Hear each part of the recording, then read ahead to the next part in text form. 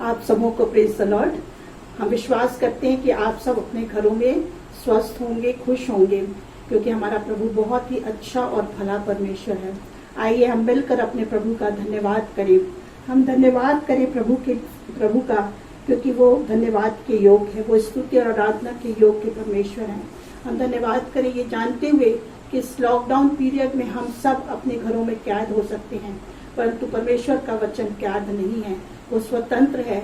और परमेश्वर ने इन दिनों में भी अपने विभिन्न दास दासियों के द्वारा अपने वचन को हम तक पहुंचाया है और हमारी आत्मा को तृप्त किया है। परमेश्वर के इस सुंदर इंतजाम के लिए हम सब मिलकर आज के इस जयवंत दिन में हाथों को उठाकर आइए परमेश्वर का धन्यवाद करें और प्रार्थना में जाएं। Praise the Lord, praise the Lord, praise the Lord. धन्यवाद प्यारे प्रभु जी, धन्यवाद प्यारे प्रभु, धन्यवाद प्यारे प्रभु। आप अच्छे और भले परमेश्वर हैं प्यारे प्रभु जी। आपने प्यारे प्रभु जी हमारे जीवनों को आशीषों से भरा है प्रभु। सप्ताह भर प्रभु आपने हमें और हमारे लोगों को संभाला। हम आपको हृदय से धन्यवाद देते प्यारे परमेश्वर, धन्यवाद देते प्यारे प्रभु जी आज के सुंदर दिन के लिए प्यारे प्रभु, आराधना के समय के लिए प्यारे प्रभु जी, आपकी प्रजा की उपस्थिति के लिए प्रभु हम आपको हृदय से धन्यवाद देते प्यारे प्रभु। जितने लोग अपने अपने घरों में प्यारे प्रभु अपने समय को आपको देकर बैठते प्रभु, वे सब बहुतायत की आशीष को आपसे पाने पाए प्यारे प्रभु जी। जो वचन प्रभु आज आपने अपने लोगों के लिए दिया प्यारे प्रभु जी, उस वचन को प्रभु बहुत सच्चाई के साथ में, खराई के साथ में प्यारे प्रभु जी, और प्रभु परमेश्वर पवित्र आत्मा की अगुवाई में प्रभु जी उस वचन को बांटने में आप अपने दास की सहायता करना प्रभु। आपका पवित्र आत्मा और आपकी सामर्थ, आपका अभिषेक प्यारे प्रभु जी, आपके वचन को याव से लोगों के सामने रखने के लिए प्रभु जी अपने दास को प्रभु जी अभिषेक करने पाए प्रभु। आप प्रभु हम सबों को अपने हाथ में लीजिए, हमारी बुद्धि और समझ को प्रभु आप खोलिए प्यारे प्रभु जी, ताकि प्रभु हम आपके वचन को ग्रहण करते हुए प्यारे प्रभु जी एक ऐसी प्रजा के रूप में, एक ऐसी कलीसिया के रूप में तैयार होने पाए प्रभु जी, जिस पर अधोलोक के फाटक भी कभी प्रबल न होने पाए। Hallelujah, hallelujah. धन्यवाद प्यारे प्रभु, धन्यवाद प्यारे प्रभु। आप ऐसा ही करने जा रहे हैं प्रभु, इसके लिए हम आपको हृदय से धन्यवाद देते प्यारे प्रभु। आपके साथ, लोगों के साथ मिलकर प्रभु जी हम आपको धन्य कहते प्यारे प्रभु जी। प्रेमी परमेश्वर, आपने हमारी प्रार्थनाओं को सुना है, इसलिए हम आपको हृदय से धन्यवाद देते। धन्यवाद के साथ इस प्रार्थना को आपके बेटे और अपने उद्धार करता प्रभु यीशु मसीह के नाम से मांगते हैं, सुन के कबूल कीजिए। आमीन।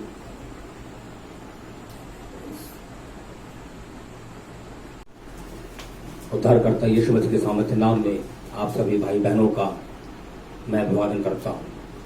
परमेश्वर को धन्यवाद देता हूँ एक और इस अच्छे और बहुमूल्य अवसर के लिए।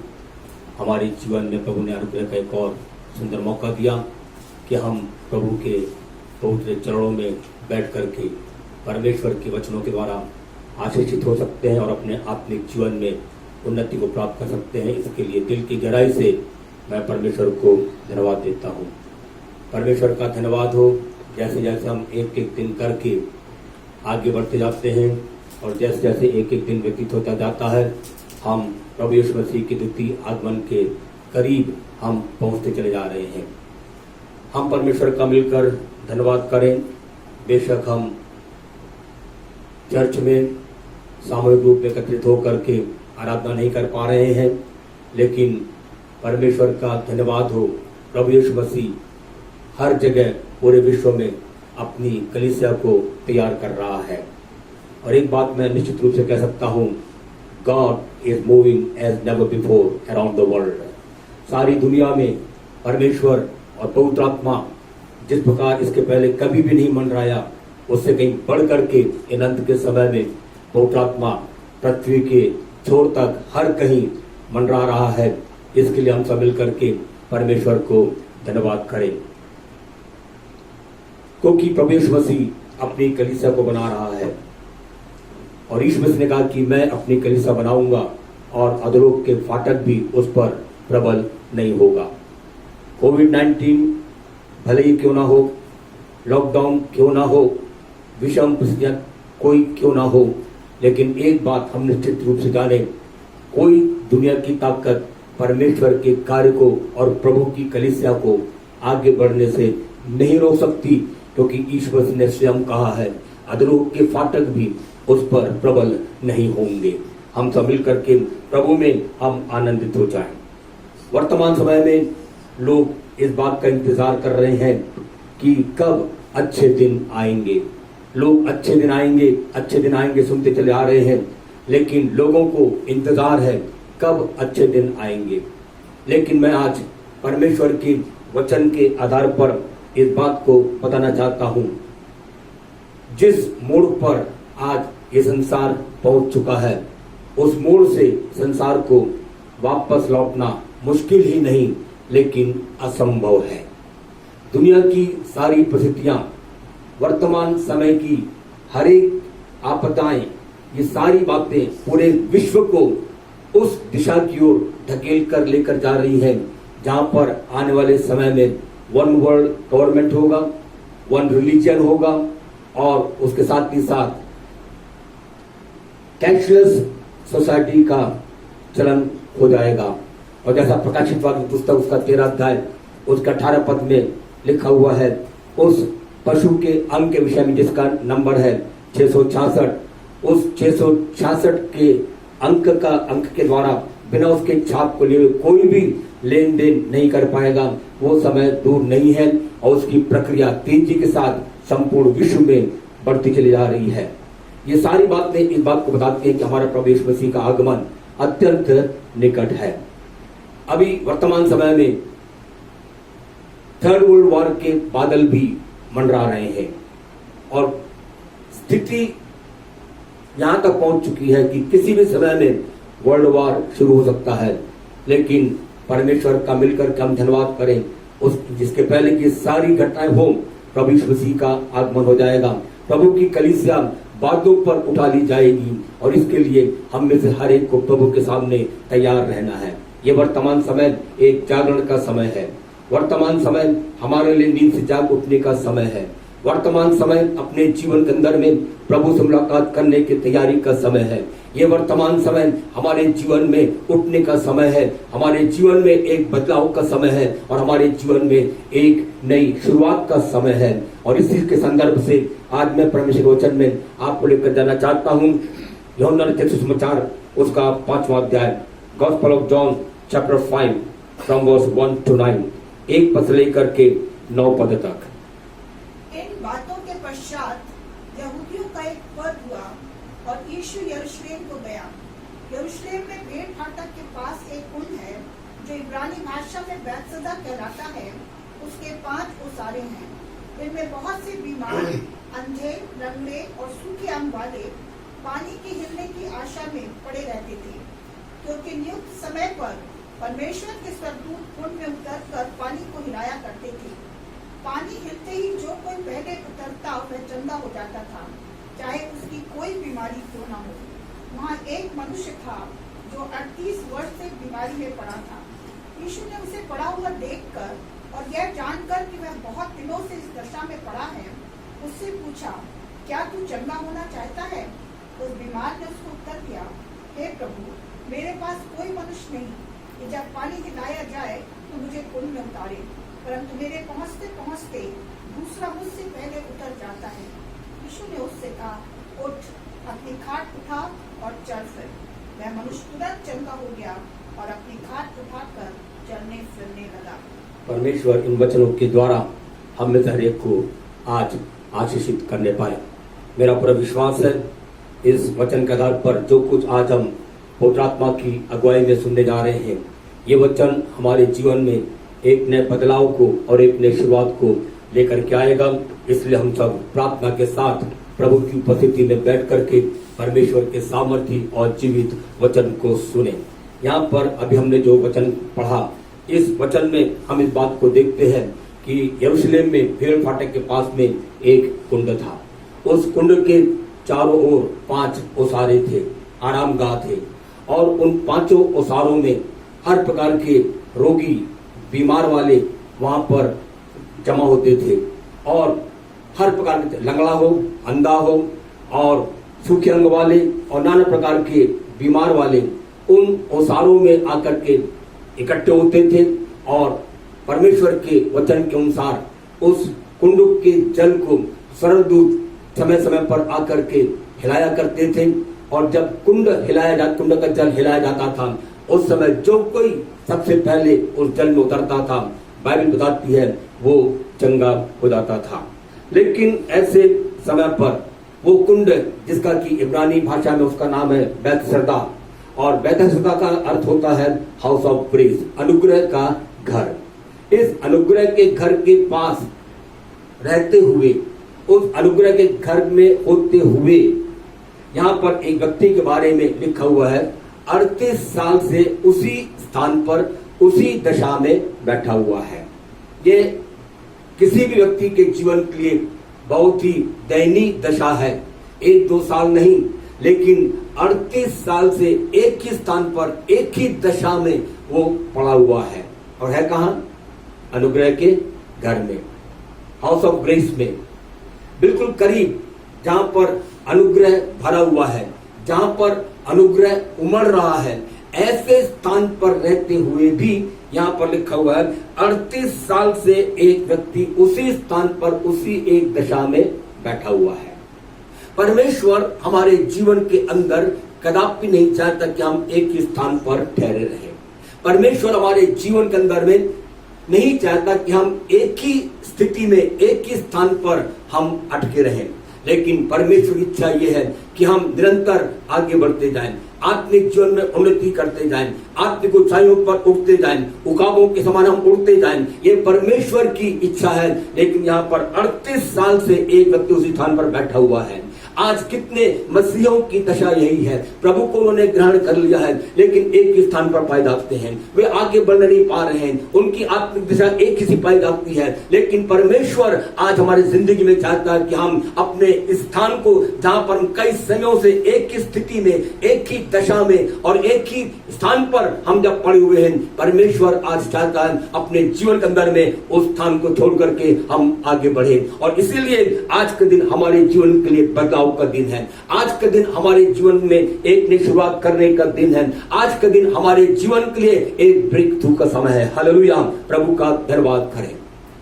क्यों ये व्यक्ति 38 साल से अनुग्रह के घर में रहते हुए भी वो चंगाई को प्राप्त करने नहीं पा रहा है? जब मैं इस पर अध्ययन कर रहा था, 4 बातें मेरे मन में प्रभु ने डाला। नंबर 1, पहली बात, वो अपने जीवन के अंदर में परमेश्वर पर नहीं, लेकिन मनुष्यों पर निर्भर करता था। वो मनुष्यों पर आश्रित था। जब यीशु मसीह ने उससे एक सवाल किया, क्या तू चंगा होना चाहता है? तो वो यीशु मसीह को जवाब देता है, मेरे पास कोई भी ऐसा व्यक्ति नहीं है जो मुझे उठा करके इस कुंड में डाल दे। He was depending on men। वो मनुष्यों पर पूरी तरह से आश्रित था। आज हमारे जीवन के अंदर में भी विश्वासी होने के बावजूद कितनी बार अपने जीवन के अंदर में हम केवल मनुष्यों पर आधारित रहते हैं, हम मनुष्यों पर भरोसा रखते हैं, हम मनुष्यों का सहारा लेते हैं। लेकिन आज अपने जीवन के अंदर में परमेश्वर ये चाहता है कि हम अपनी निगाहों को मनुष्यों पर से हटा करके, अपने भरोसे को मनुष्यों पर से हटा करके, अपने सहारा को मनुष्यों पर से हटा करके हम पूरी तरह से परमेश्वर पर हम भरोसा करने वाले बन जाएं। आमीन, प्रभु का धन्यवाद हो। ये व्यक्ति 38 साल से वहां पर इंतजार कर रहा है, कोई उसके पास में आए, कोई उसकी सहायता करे। और वहां पर एक व्यक्ति ऐसा नहीं जो उस व्यक्ति की सहायता कर सके। क्यों? क्योंकि 5 ओसारे में सारे रोगी लोग हैं, सारे बीमार लोग हैं, और उसमें से कोई भी स्थिति में नहीं है कि इस 38 साल के व्यक्ति की सहायता कर सके। आज हमारे जीवन में हम इस बात को निश्चय जाने, हमारे जीवन में परमेश्वर एक नए बदलाव को लेकर के आना चाहता है, जहां पर अपने जीवन के अंदर में हम मनुष्यों से अपनी नजरों को हटा करके हम परमेश्वर पर अपनी नजरों को हम लगाने वाले बन जाएं। कितनी बार अपने जीवन के अंदर में हम चाहते हैं कि कोई दूसरा हमारे लिए प्रार्थना करे। हम लोगों से कहते रहते हैं, भाई आप मेरे लिए प्रार्थना करिए, बहन मेरे लिए प्रार्थना करिए।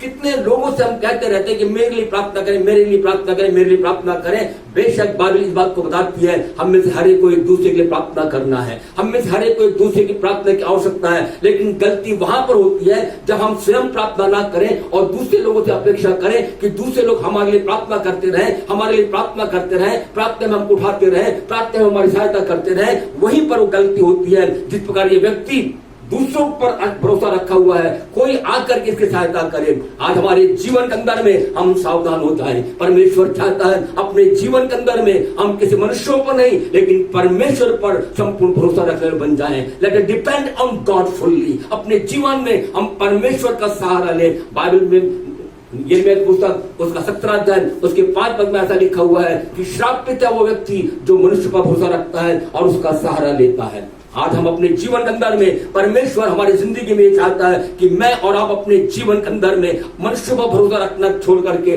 मनुष्यों पर दृष्टि रखना छोड़ करके, मनुष्यों का सहारा लेना छोड़ करके हम पूरी तरह से हम परमेश्वर के सन्मुख में आ जाएं और परमेश्वर पर हम पूरी तरह से भरोसा रखें और परमेश्वर से कहें, Lord I depend on you. प्रभु मैं आप पर मैं भरोसा करता हूं। और जब हम परमेश्वर मनुष्यों पर भरोसा करना बंद करके जब हम परमेश्वर पर भरोसा रखना शुरू करेंगे, हमारे जीवन में, हमारे आत्मिक जीवन में, हमारे परिवार में एक नई शुरुआत हो जाएगी। प्रभु का धन्यवाद हो। नंबर 2, दूसरा कारण क्यों ये व्यक्ति अपने जीवन में 38 साल अनुग्रह घर में होकर के भी वो चंगाई को प्राप्त नहीं कर पा रहा है। दूसरा कारण जो वचन का आधार पर मैं बताना चाहता हूं, उसके पास में कई प्रकार के बहाने थे, एक्सक्यूजेस। वो कहता कोई मेरे पास नहीं है, कोई मेरे को आकर के उठाकर उस कुंड में नहीं डालता। और वो कहता कि मेरे पहुंचते पहुंचते दूसरा व्यक्ति मुझसे पहले उस कुंड में उतर जाता है। हम भी अपने आत्मिक जीवन के अंदर में कितनी बार आत्मिक बातों के लिए हम परमेश्वर के सन्मुख में भी हम बहाना करने से नहीं हिचकिचाते। हमारे पास हर बातों के लिए कोई ना कोई बहाना है, हर बात के लिए हमारे पास कोई ना कोई बहाना है, हमारे पास लॉजिक है। और कई बार हम केवल बहाना करते रहते हैं। वचन पढ़ने के लिए बहाना हमारे पास में, प्रार्थना करने के लिए बहाना हमारे पास में, चर्च न जाने के लिए हमारे पास बहाना है, आत्मिक बातों में बढ़ोतरी न होने के लिए हमारे पास बहाना है। और ये व्यक्ति हमेशा दूसरों पर आश्रित न केवल आश्रित रहता था, लेकिन उसके पास में बहाना भी था। याद रखिए, हमारे जीवन के अंदर में the end of excuse is the beginning of break through.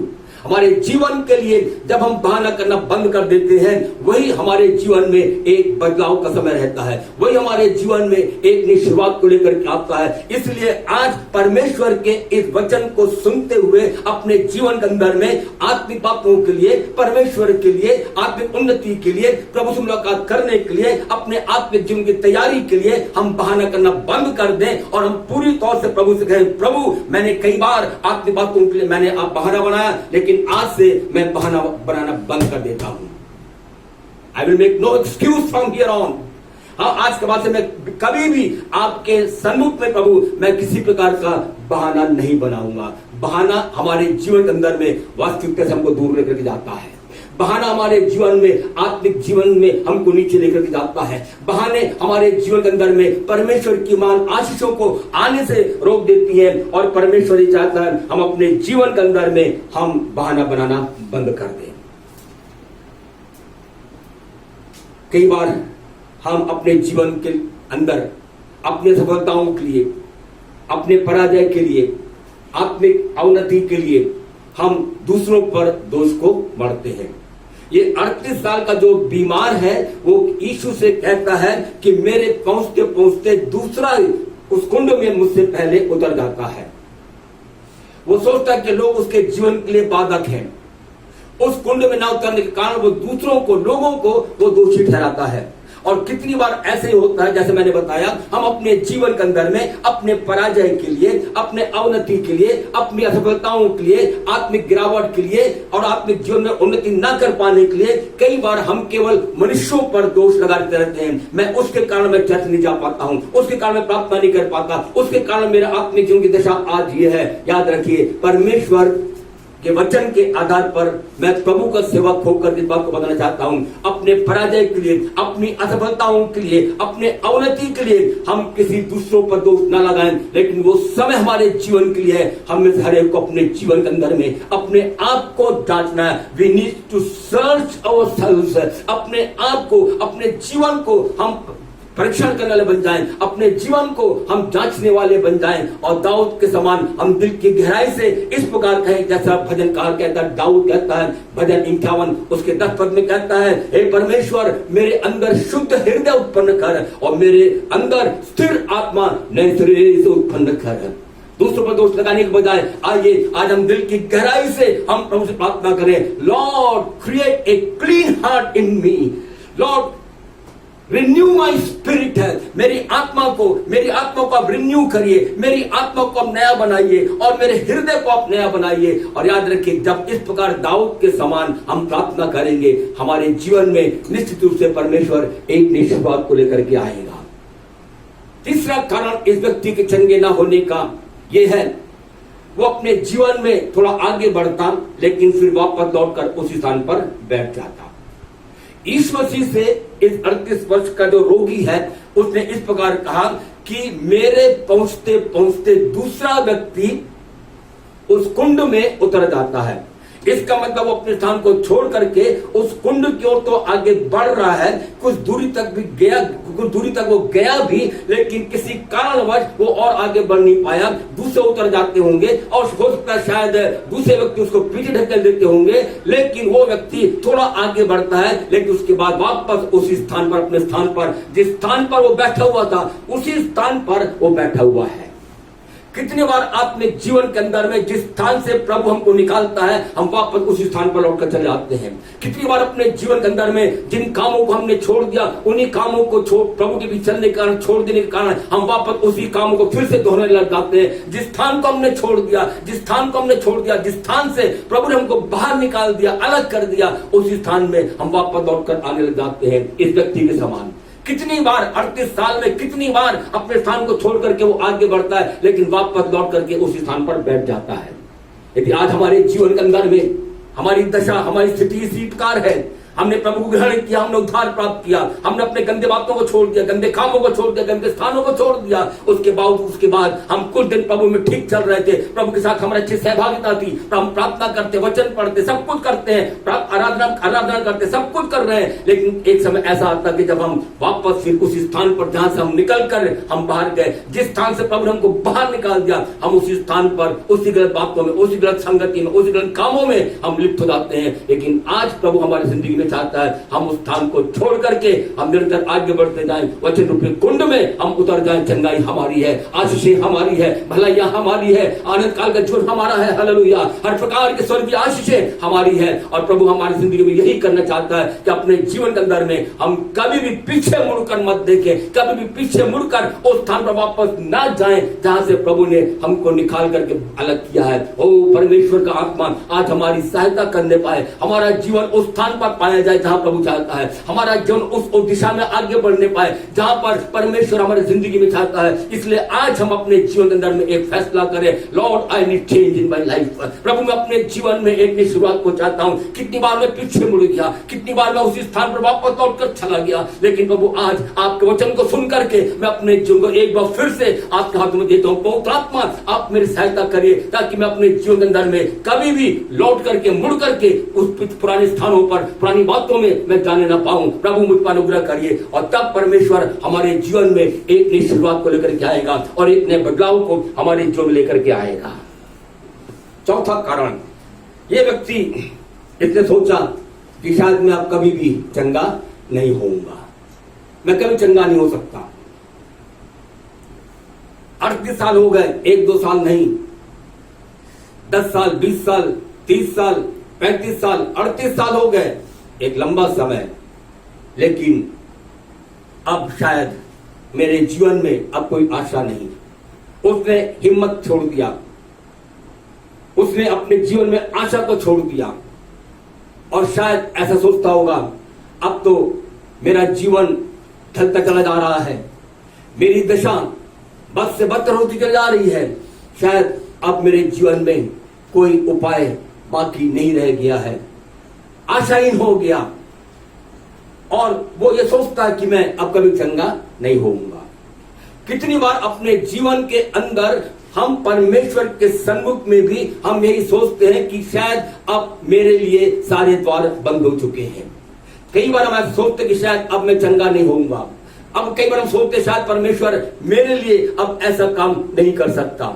एक वचन मुझे याद आता है, मेहरबानी से पढ़ें, यिर्मयाह की पुस्तक उसका 10 अध्याय उसका 19 पद, बुक ऑफ यिर्मयाह चैप्टर 10 एंड वर्स 19। मुझ पर हाय, लिखा हुआ मुझ पर हाय, मेरा घाव चंगा होने का नहीं। मेरा घाव चंगा होने का नहीं।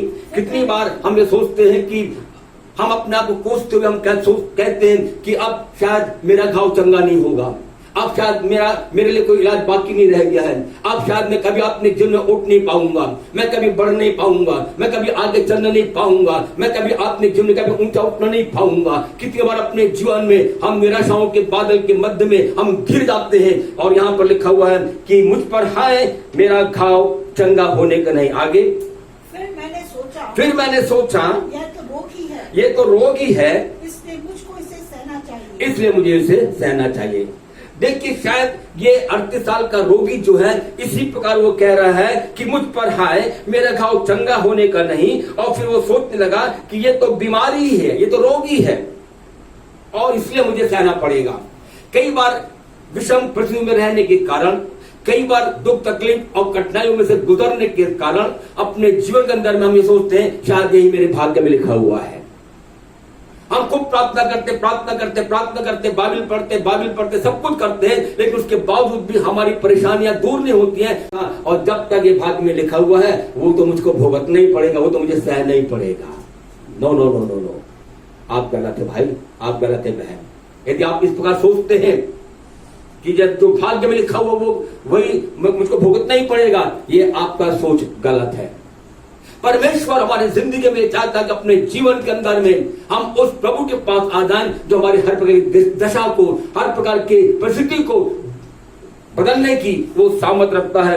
आज हमारे जीवन के लिए शायद अपने जीवन में शायद हम सोचते होंगे कि शायद अब मेरा दिन अब ये कभी नहीं बदलेगा, मेरी दशा कभी नहीं बदलेगी। लेकिन आज हम खुश हो जाएं, आज का दिन हमारे जीवन के लिए बदलाव का समय है, आज के दिन हमारे जीवन के लिए एक नई शुरुआत का समय है। ये व्यक्ति अपने जीवन में निराश हो चुका था, लेकिन ऐसे समय में यीशु इस व्यक्ति के विषय में सब कुछ जानता था। ये व्यक्ति इससे कभी सोचा नहीं, जीवन में निराश हो चुका था, हताश हो चुका था, लेकिन एक यीशु है जो इस व्यक्ति के जीवन के विषय में सोच रहा है। ये व्यक्ति यीशु को नहीं जानता था। बाइबल में यदि आप इसी जो भी हमने वचन में पढ़ा, इस वचन को आगे पढ़ा तो वहां उसमें लिखा हुआ है ये व्यक्ति यीशु को नहीं जानता था। आज कितने लोग यीशु को जानने का दावा करते हैं, लेकिन यीशु को वो नहीं जानते। लोग क्रिसमस के दिन लोग सोचते हैं कि क्रिसमस के दिन में यीशु पैदा हुआ, इतना वो जानते हैं। गुड फ्राइडे के दिन वो जानते हैं कि यीशु ने क्रूस के ऊपर चढ़ाया गया, इस क्रूस के ऊपर वो बलिदान हुआ, इतना जानते हैं। ईस्टर के दिन वो जानते हैं कि यीशु मसीह मृतकों में से जी उठा, इतना वो जानते हैं। यीशु मसीह 40 दिन तक लोगों को अपने आप को जीवित प्रमाणित किया और उसके बाद वो सब उठा लिया गया, इतना वो जानते हैं। यीशु मसीह फिर बादलों पर आएगा, ये भी जानते हैं, लेकिन व्यक्तिगत रूप में अनुभव के साथ यीशु को नहीं जानते। आज कितने मसीहों की दशा यही है, वे यीशु मसीह के बारे में जानते हैं, सिर्फ ऊपरी बातों के कारण, केवल उनको यीशु के बारे में जानकारी है। और मैंने कई बार बताया कि हमारे जीवन के अंदर में हमको मात्र जानकारी नहीं है चाहिए, किसी व्यक्ति के विषय में जानकारी प्राप्त करके, मात्र जानकारी प्राप्त करके हम ये नहीं कह सकते कि मैं उसको जानता हूं या मुझको वो जानता है, लेकिन उस व्यक्ति के लिए हमारे जीवन में एक रेवलेशन होना चाहिए। आज हम प्रभु से कहें, प्रभु I want to know you, प्रभु मैं आपको जानना चाहता हूं, मैं आपके प्रकाशन को चाहता हूं। आप अपने पवित्र आत्मा के द्वारा, अपने वचन के द्वारा प्रभु आप मेरे जीवन के अंदर में अपने प्रकाशन को दीजिए, और पवित्र आत्मा हमारे जीवन में यीशु के बारे में हमको प्रकाशन देगा। परमेश्वर का वचन हमारे जीवन में हमको यीशु के बारे में प्रकाशन को लेकर के आएगा। हमें यीशु के बारे में जानना है, और याद रखिए हमारी दशा कैसे भी क्यों ना हो, लेकिन यीशु हमारे जीवन को जानता है। वचनकार कहता है अब हमारा परमेश्वर ऐसा महान परमेश्वर है, वो हमारे उठने बैठने को जानता है, और ऐसा महान परमेश्वर है जो हमारे विचारों को दूर से समझ लेता है। What a mighty God, what a great God we have। हमारा परमेश्वर कितना महान और कितना सामर्थी परमेश्वर है, मेरे और आपके विचारों को दूर से समझने वाला परमेश्वर है। यीशु ने इस 38 साल के व्यक्ति के विषय में जानता था, और यीशु मसीह को मालूम है एक व्यक्ति उस बैतसैदा के कुंड के उस सारे पर 38 साल से पड़ा हुआ यीशु उस व्यक्ति के बारे में जानता था। और याद रखिए, आज यीशु मेरे बारे में, आपके बारे में, हम में से एक एक के विषय में यीशु मसीह जानता है। हम निराश ना हो जाएं, हताश ना हो जाएं, हियाव ना छोड़ें। वो यीशु उस 38 वर्ष के वो व्यक्ति जो 38 वर्ष से बीमार था, लिखा हुआ है यीशु उसके पास में आया। His condition was very worst। एक दयनीय दशा में, सबसे बिगड़े हुए हालात में वो व्यक्ति बैठा हुआ था, लेकिन परमेश्वर का धन्यवाद हो, वो व्यक्ति 38 साल से उस दयनीय दशा में बैठा हुआ था। यीशु उस स्थान पर आया जहां पर वो व्यक्ति बैठा हुआ था। आज हमारे जीवन में हमारे हालात कितने भी बिगड़ा हुआ क्यों ना हो, हमारा आत्मिक जीवन कितने भी बिगड़ा हुआ क्यों ना हो, हमारे जीवन के अंदर में कितनी भी गिरावट क्यों ना आई हो, लेकिन आज हमारा प्रभु, याद रखिए, जिस प्रकार यीशु उस 38 साल के रोगी के पास गया, उसकी दैनिक परिस्थिति के समय में, उसी जब वो परिस्थिति में पड़ा हुआ था, उस स्थान पर यीशु गया। आज हमारे जीवन में हमारे पास तक पहुंचता है। आप कहीं भी क्यों ना हो, किसी भी स्थान पर क्यों ना अभी बैठे हुए हो, लेकिन याद रख, और आप अपनी स्थिति के बारे में, अपने दशा के बारे में, अपने हालात के बारे में शायद सोचते होंगे, हमारी हालात कितनी में बिगड़ी भी क्यों ना हो, लेकिन हमारा यीशु जहां पर आप हैं, जिस स्थान पर आप हैं, उसी स्थान पर आकर के हमारे हालात को वो सुधारना चाहता है। यीशु उस व्यक्ति के दैनिक दशा के पास पहुंच करके जब खड़ा हुआ, प्रभु का धन्यवाद हो, वो उस 38 साल के रोगी के लिए उसके सारा जीवन के अंदर में सारी बातों में एक बदलाहट का समय आ चुका था। उसके जीवन में एक नई शुरुआत होने वाली थी। और याद रखे, यीशु का हमारे पास आना, यीशु का हमारे पास तक पहुंचना, याद रखे, हमारे जीवन में एक नई शुरुआत को, एक नई बदलावट को लेकर के आता है। परमेश्वर का धन्यवाद हो।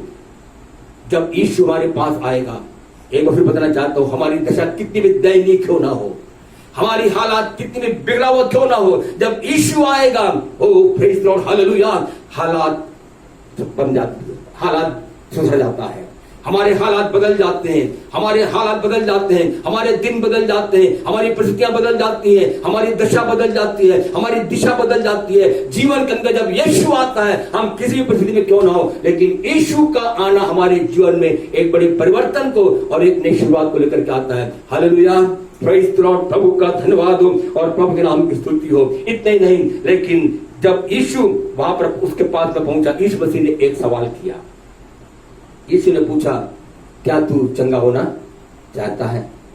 क्या तू चंगा होना चाहता है? यीशु मसीह ने ये नहीं पूछा, do you want to feel better?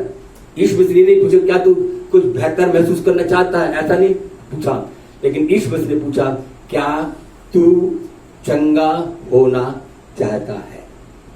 और आज हम किसी भी परिस्थिति में क्यों ना हो, किसी भी दिशा में क्यों ना हो, आत्मिक जीवन के अंदर में कितने भी दबे हुए हम महसूस क्यों ना कर रहे हो, यीशु हमारे पास आकर के we are in the right place, हम एक सही स्थान में हैं और एक सही समय पर हैं। और याद रखिए, यीशु जब आता है वो एक सही स्थान बन जाता है, एक सही समय बन जाता है। और हमारे जीवन के लिए आज यीशु हमसे वही सवाल पूछता है, क्या तू चंगा होना चाहता है? हमारा उत्तर क्या होगा? What will be our answer? हमें सारे को उत्तर देना है, हमें सारे को उत्तर देना है। अपने जवाब को घुमा फिरा कर देने की, प्रभु को घुमा फिरा कर देने की कोशिश ना करें, लेकिन प्रभु के सामने सिंसियरली, सच्चे हृदय के साथ हम कहने लगे बन जाएं, यस लॉर्ड, हाँ प्रभु मैं चाहता हूं, मेरे जीवन में मैं एक नई शुरुआत को चाहता हूं, मैं अपने जीवन में एक बदलाव को चाहता हूं। प्रभु मैं अपने जीवन के अंदर में मैं चाहता हूं कि मेरी सारी परिस्थितियां बदल जाए, मेरा जीवन बदल जाए, सारी बातें मेरे जीवन के अंदर बदल जाए। मैं दिल से चाहता हूं प्रभु, आज मेरे जीवन में आप एक नई शुरुआत दीजिए। क्या तू चंगा होना चाहता है? क्या तू चंगा होना चाहता है? एक गीत भी हम गाते हैं, यीशु के आने से हालात बदल जाते हैं। आज हमारे हालात को यीशु बदलना चाहता है। कई बार अपने जीवन में हम प्रभु से प्रार्थना करते हैं, लॉर्ड चेंज माय सिचुएशन, मेरी परिस्थितियों को बदल दीजिए, मेरी दिशा को बदल दीजिए, मेरे परेशानियों को बदल दीजिए। सब बातों में हम बदलाव चाहते हैं, लेकिन हम अपने जीवन में, स्वयं के जीवन में हम बदलाव को नहीं चाहते, एक नई शुरुआत को नहीं चाहते। लेकिन आज परमेश्वर हमारे हालात को बदलने से बढ़ करके हमारे जीवन को बदलने में रुचि रखता है। He wants to change our life. वो हमारे जीवन को परिवर्तित करना चाहता है। जब हमारा जीवन परिवर्तित हो जाएगा, सारी परिस्थितियां बदल जाएंगी। हालेलुया, प्रभु का धन्यवाद हो और प्रभु के नाम की स्तुति हो। यीशु मसीह जब सवाल पूछा, हमें सारे कोई जवाब देना है। हाँ प्रभु, आज मैं चाहता हूं कि मेरा जीवन बदल जाए। हाँ प्रभु, मैं अपने जीवन में एक नई शुरुआत को चाहता हूं। यीशु जानता था, उसकी दशा को जानता था, उस परिस्थिति को जानता था, उसके स्थान को जानता था। और आज यीशु हमारे जीवन की हर दशा को, हर परिस्थिति को वो बेहतर जानता है। कुछ भी छिपा हुआ नहीं प्रभु की आंखों में। उसके आगे ज्वालामय आंखें हैं, सब कुछ जांचती है, सब कुछ देखती है, सब कुछ परखती है। और वो हमारे जीवन में यही चाहता है, अपने जीवन में हम एक सही कन्फेशन करें। यीशु मसीह को मालूम है 38 साल से बेशक वो कोशिश कर रहा है, उस कुंड की ओर पहुंचने की कोशिश कर रहा है। अपने स्थान को छोड़कर थोड़ी दूर अवश्य जाता है, लेकिन वापस दौड़कर चले आता है। यीशु मसीह को उसकी दशा अच्छी तरह मालूम था। यीशु मसीह उसके पास आकर के, मैं ऐसा विश्वास करता हूं, यीशु मसीह ने कहा, उसे कहा, बेटा मैंने तेरी दशा को देखा है, मैंने तेरी परिस्थिति को देखा है, मैंने तेरी परेशानी को मैंने देखा है, तेरे हर एक अड़चनों को मैंने देखा है। तेरी इच्छा है कि तू कुंड के पास पहुंच जाए, उस कुंड के जल में उतरे, लेकिन तू उतर नहीं पा रहा है।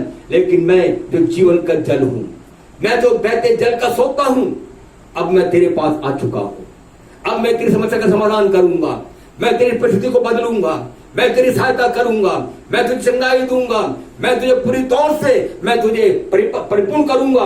और इसलिए उसने यीशु मसीह के पास आकर के, जब यीशु मसीह उसके पास आता है, यीशु मसीह ने उससे कहा, एक ही बात कहा, उठ, गेट अप, अराइज, उठ। और याद रखिए, जीवन में बदलाव के लिए, जीवन में एक नई शुरुआत के लिए हमारे जीवन के अंदर में उठना बहुत जरूरी है। उठना हमारे जीवन में बदलाव को लेकर के आता है। बहानेबाजी करना बंद करना हमारे जीवन में बदलाव को लेकर के आता है।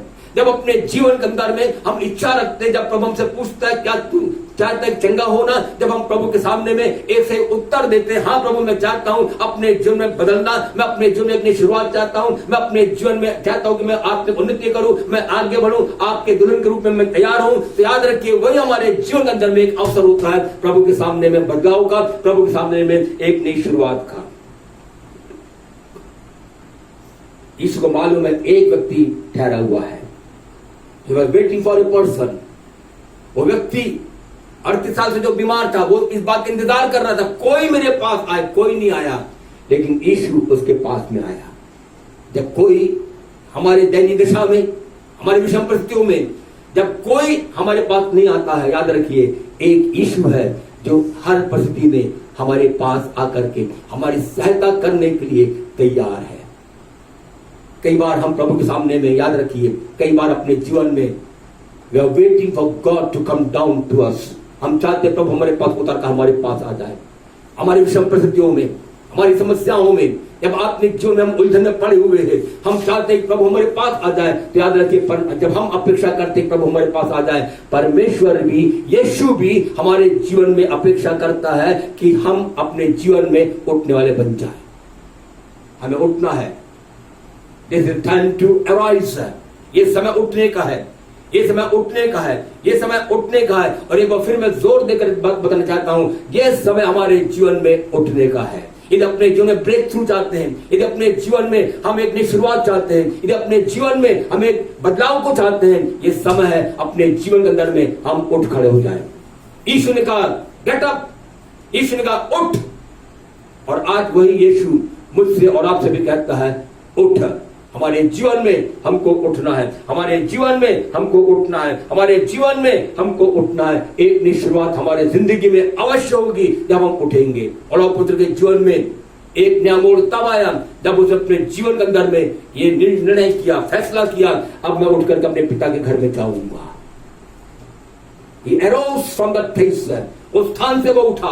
आज हमारे जीवन में हम किसी भी स्थान पर क्यों ना पाए जाते हो, हम किसी भी दिशा में क्यों ना पाए जाते हो, आत्मिक जीवन में हम कितने भी पिछड़े हुए स्थान पर क्यों ना पाए जाते हो, लेकिन आज हमारे जीवन के अंदर में परमेश्वर चाहता है हम अपने जीवन में उठ जाएं। We need to arise. हमारे जीवन में हमको उठना है, हमारे जीवन में हमको खड़े होना है। ईश्वर से उसने कहा उठ। एक आसान काम प्रभु ने उस 38 साल के बीमार को दिया। प्रभु का धन्यवाद हो, मैं प्रभु को धन्यवाद देता हूं। उस 38 साल के रोगी ने जैसे ही उसने सुना कि यीशु मुझसे कह रहा उठ, इमीडिएटली ही गॉट अप, वो खड़ा हो गया। परमेश्वर हमारे जिंदगी में ही चाहता है कि मैं और आप अपने जीवन में हम खड़े हो जाएं। और आज शाम मैं बताना चाहता हूं, we are at the right place in the right time. हम एक सही स्थान में हैं। आप सोचेंगे मैं बहुत परेशानी में हूं, मैं बताना चाहता हूं आप एक सही स्थान में हैं और ये समय आपके लिए बिल्कुल सही समय है। आप कहेंगे मैं बहुत समस्या में घिरा हुआ हूं, याद रखिए आप सही स्थान पर हैं और आपके लिए एक सही समय है। आप बोलेंगे मैं अपने जीवन में बहुत तनाव और दबाव का महसूस कर रहा हूं, आपको मैं बताना चाहता हूं आप एक सही स्थान पर हैं और आपके लिए एक उपयुक्त समय है। यीशु आपके पास में खड़ा है, यीशु हमारे पास में है, यीशु हमारे सामने में है। वो हमसे पूछता है तू क्या चाहता है, वो हमसे पूछता है क्या तू चंगा होना चाहता है। हम कहें हाँ प्रभु मैं चाहता हूं। लंबे समय से इस स्थान पर पड़ा हुआ था, लेकिन परमेश्वर का धन्यवाद हो, जिस घड़ी वो खड़ा हुआ उसके जीवन में एक नई शुरुआत हो गई। उसका जीवन संपूर्ण रीति से बदल गया। अब वो जैसा था अब वैसा नहीं है। उसके जीवन में एक नई शुरुआत हुई, उसका स्थान बदल गया, उसकी दशा बदल गई, उसकी दिशा बदल गई। वो यीशु को नहीं जानता था, लेकिन अब वो यीशु को जानने लगा। वो कभी मंदिर गया नहीं, लेकिन बाइबल बताती है चंगाई को प्राप्त करने के बाद वो प्रभु का धन्यवाद हो, वो अपने जीवन के अंदर में पहली बार मंदिर में गया और वहां पर वो यीशु से मुलाकात किया। सब कुछ उसके जीवन अंदर बदल गए। इतने नहीं, लेकिन बाइबल कहती है उसके मंदिर में आराधना करने के पश्चात वो यहूदियों के पास में गया और यहूदियों के पास जाकर के उसने इस प्रकार कहा जिसने मुझे अच्छा किया वो यीशु है। Oh what testimony he had, कितना बड़ी जबरदस्त गवाही उसके जीवन के अंदर में है। वो एक जिंदा गवाह बन गया। यहूदियों के पास जो यीशु से बैर करते थे, जो यीशु का विरोध करते थे, यीशु के लोगों का विरोध करते थे, ऐसे यहूदियों के पास जाकर के वो कहता है जिसने मुझे अच्छा किया वो यीशु है। आज आप में से कितने लोग कह सकते हैं जिसने मुझे अच्छा किया वो यीशु है? आज आप में से कितने लोग कह सकते हैं जिसने मेरा छुटकारा किया वो यीशु है, जिसने मुझे अपना अभिषेक दिया वो यीशु है, जिसने मेरी यहाँ तक सहायता किया वो यीशु है, जिसने मुझे उठाया वो यीशु है, जिसने मुझे बचाया वो यीशु है। और आज हमारी जिंदगी प्रभु चाहता है हम में से एक एक यीशु के जिंदा गवाह बन जाए। हालेलुया, प्रभु का धन्यवाद हो। हमें यीशु का गवाह बनना, सारी चीजें बदल दें। आज एक बार फिर मैं इस बात को बताकर समाप्त करना चाहता हूं। परमेश्वर हमारे जीवन में एक नई शुरुआत को देना चाहता है। परमेश्वर हमारी जिंदगी में एक नए बदलाव को लेकर के आना चाहता है। शायद वर्षों से हम एक स्थान पर हम पड़े हुए हैं, आत्मिक जीवन में भी वर्षों से हम एक स्थान पर पड़े हुए हैं, एक स्थिति में हमारा जीवन है। हम उन्नति नहीं कर पा रहे हैं, हम आगे नहीं बढ़ पा रहे हैं, हम ऊंचा नहीं उठ पा रहे हैं। उसी दशा में, उसी स्थिति में, एक स्थान पर आत्मिक जीवन में भी शायद हम बैठे होंगे। बहुत लंबा समय हो गया, लेकिन आज हम खुश हो जाएं, यीशु हमारे पास है, यीशु हमारे पास तक पहुंचा है। उसको हम थाम ले, उसकी ओर अपना हाथ को बढ़ाकर कहें प्रभु मैं चाहता हूं उठने के लिए, मैं जो कुछ आप बोलेंगे वो मैं करने के लिए तैयार हूं। प्रभु मैं उठने के लिए तैयार हूं, मैं क्योंकि अपने जीवन में मैं बदलाव को चाहता हूं। यदि आत्मिक जीवन में यदि हम पीछे हो चुके हैं, यदि आत्मिक जीवन में एक बार प्रभु ग्रहण करने के पश्चात, उद्धार को प्राप्त करने के पश्चात, नया जीवन प्राप्त करने के पश्चात यदि हम पीछे हट गए हैं, वापस उसी पुरानी संगति में, पुरानी बातों में, पुराने स्थान में जब पहुंच चुके हैं, तो आज प्रभु हमको बुलाता है। आज हमारे जिंदगी में एक नई शुरुआत देना चाहता है। आज हम प्रभु के सामने में अपने जीवन का एक नया समर्पण करें। कब तक हम इसी दिशा में पड़े रहेंगे? यीशु का आगमन बहुत ही करीब है, आने वाला आएगा और देर ना करेगा, उसके पहले की उसकी आमद हो जाए। प्रभु चाहता है आज के बाद हमारा जीवन एक बदला हुआ जीवन हो जाए। आज के बाद हम एक नई शुरुआत में जीवन शुरू करते हुए हम प्रभु के साथ साथ चलते जाएं। प्रभु हमारी जिंदगी में, हमारे जीवन में, हमारे परिवार में एक नई शुरुआत देना चाहता है।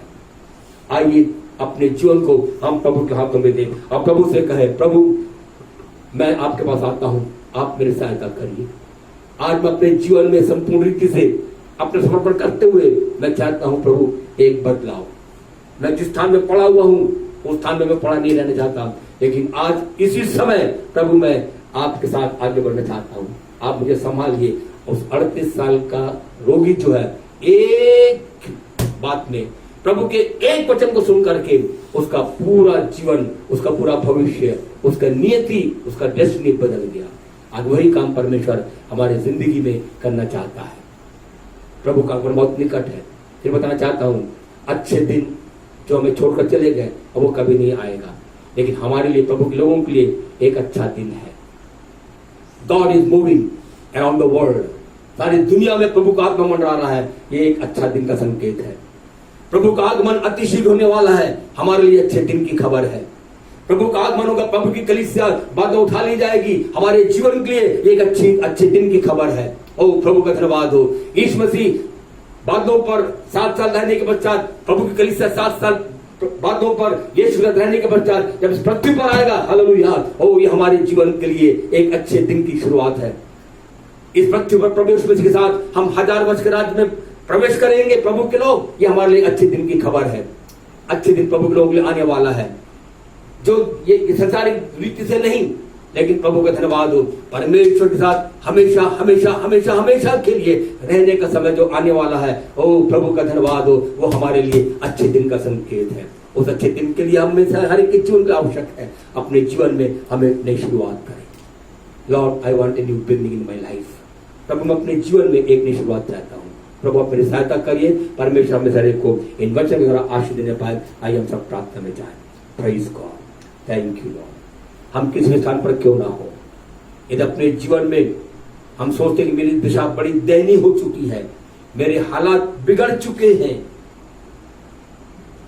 शायद मेरे जीवन में अब अच्छे दिन लौट कर नहीं आएंगे, शायद मेरी दिशा नहीं बदलेगी, शायद मेरे ये दिन नहीं बदलेगा, लेकिन परमेश्वर इसी समय में हर एक को एक नया दिन दिखाना चाहता है। हर एक के जीवन में एक नई दिशा को लेकर आना चाहता है, एक नए बदलाव को, एक नई शुरुआत को। क्यों ना आज प्रभु के साथ हम एक नई शुरुआत कर जाए, हमारे जीवन के अंदर में सब कुछ नई हो जाए। यदि परमेश्वर ने एक बार यदि प्रतिज्ञा किया मैं ऐसा करूंगा, मतलब वो करेगा। यदि प्रभु ने प्रतिज्ञा किया मैं चंगा करूंगा, मतलब वो चंगा करूंगा। यदि परमेश्वर ने प्रतिज्ञा किया मैं एक नया काम करूंगा, मतलब वो करेगा। मैं अपना आत्मा उंडेलूंगा, मतलब वो अपने आत्मा को उंडेलेगा। जो कुछ परमेश्वर ने एक बार प्रतिज्ञा कर चुका है, परमेश्वर निश्चित रूप से वो उसको पूरा करेगा। शर्त यह है, हमें अपने स्थान से उठना है। We need to get up. यदि 8 पद इसी यूहन्ना 5:8 को पढ़े, वहां पर यीशु मसीह ने कहा, उठ अपने घर उठाकर चल फिर। अपने घर उठाकर चल फिर। लिविंग बाइबल के अनुवाद में ऐसा लिखा हुआ है, get up, stand up and roll your sleeping mat. खड़े हो जाओ और जिस बिस्तर पर, जिस दरी पर तू लेटा हुआ है, ये सारा 38 वर्ष तूने उसी मैट पर, स्लीपिंग मैट पर लेटते हुए तूने व्यतीत कर दिया है। अब इंग्लिश में लिखा हुआ है लिविंग बाइबल में, roll up your sleeping mat. उस मैट को, उस बिस्तर को, उस दरी को तू लपेट दे। आज हमारे जीवन के अंदर में अपने सुस्त रूपी दरी को लपेटना है, अपने दैनिक दिशा की दरी को हमको लपेटना है। हमने इतने वर्ष इंतजार में गुजार दिया, लेकिन आज अपने जीवन के अंदर में जिस आरामगाह दरी पर, बिस्तर पर हम लेटे हुए हैं, हम सोचते हैं कोई आकर मेरी सहायता करे, उसको हम लपेट दे। परमेश्वर हमारे जीवन में हमारी दशा को बदलेगा। जिस दशा में हम पड़े हुए हैं, आज इस दशा को छोड़ करके लपेट ले और हमारे जीवन प्रभु के साथ हम आगे बढ़े। Thank you Lord. प्रभु आपको धन्यवाद। Thank you Jesus. प्रेम दयालु अनुग्रह पिता परमेश्वर, आज हम आपका धन्यवाद करते सुंदर समय के लिए। आपने अपने अनुग्रह के द्वारा हमको एक और सुंदर अवसर दिया है, आपके चरणों में बैठ करके आपके बहुमूल्य और सहायता किया। आपको धन्यवाद प्रभु। आज हम यही प्रार्थना करते हैं, आज जितने भाई बहन इस संदेश को सुन करके अपने स्थान को छोड़ करके, अपने पुराने स्थान को छोड़ करके जीवन में एक बदलाव को चाहते हैं, एक नई शुरुआत को चाहते हैं, प्रभु आप विशेष तौर से उन पर अनुग्रह करें और यीशु मसीह के सामर्थ्य नाम में आज ही प्रभु इनके जीवन के अंदर में एक नया बदलाव आ जाए। आज इनके जीवन में आप एक नई शुरुआत को दीजिए प्रभु। ओ सामर्थ्य परमेश्वर, आपका पवित्र आत्मा सहायता करने पाए हमारे जीवन के अंदर। प्रभु जी कितनी बार हम पीछे चले जाते हैं, आपका पवित्र आत्मा हमारी सहायता करने पाए और सबसे बढ़कर आप मुलाकात करने के लिए प्रभु हमारे जीवन को हमेशा तैयार रखिए। हमारी आंखें आपके लगे रहने पाए, हमारा भरोसा आप पर होने पाए पूरी तौर से। पिता परमेश्वर, हर प्रकार के बहानेबाजी को छोड़ करके जैसा आपका वचन कहता है और जैसा आपका पवित्र आत्मा कहता है वैसा करने के लिए पवित्र आत्मा एक एक की सहायता करिए। हर एक भाई बहन को आज मैं आपका हाथ में सौंप देता हूँ। पवित्र आत्मा एक एक को अपने नियंत्रण में लीजिए यीशु के सामर्थ्य नाम में। एक एक परिवार में, एक एक घर में हम आपकी आशीष को मांगते हैं। एक एक परिवार में हम आपकी उपस्थिति को चाहते हैं और प्रभु एक एक जीवन और एक एक परिवार में एक नया बदलाव आ जाए और एक एक जन प्रभु आपसे मुलाकात करने के लिए हर एक पर तैयार पाया जाए। प्रभु जी आपका पवित्र आत्मा लगातार हमारे जीवन से बातचीत करता रहे। इसी समय यदि कोई रोगी है, बीमार है, सामर्थ्य परमेश्वर आपने 38 वर्ष के रोगी को चंगा किया। आज हर एक भाई बहन को स्पर्श करके यीशु के नाम में प्रभु आप पूरी तौर से चंगाई दीजिए, क्योंकि आप हमारे अधर्म को क्षमा करने वाले और हमारे रोगों को चंगा करने वाले प्रभु हैं। हालेलुया। हम में से एक एक के जीवन में एक नया बदलाव दीजिए और प्रभु हम कहने पाए जिसने मुझे अच्छा किया, जिसने मेरे जीवन में बदलाव लाया, जिसने मेरे जीवन में एक नई शुरुआत दिया, वो यीशु है, वो केवल यीशु है और वो केवल यीशु है। हर बात में आपका नाम महिमा पाए। हर एक के जीवन के आपके विशेष आशीष को मांगते हैं। आपका पोता लगातार हमारी सहायता अगुवाई करने पाए, मांगते हैं यीशु के नाम से, आमीन। अब हमारे उद्धारकर्ता यीशु मसीह का अनुग्रह, परमेश्वर पिता का प्रेम, पुत्रात्मा संगति और सहभागिता हम सबों के साथ विश्व के समस्त विश्वासियों के साथ अब से लेकर मसीह द्वितीय आगमन तक होती रहे और सब लोग कहें आमीन, आमीन। हालेलुया।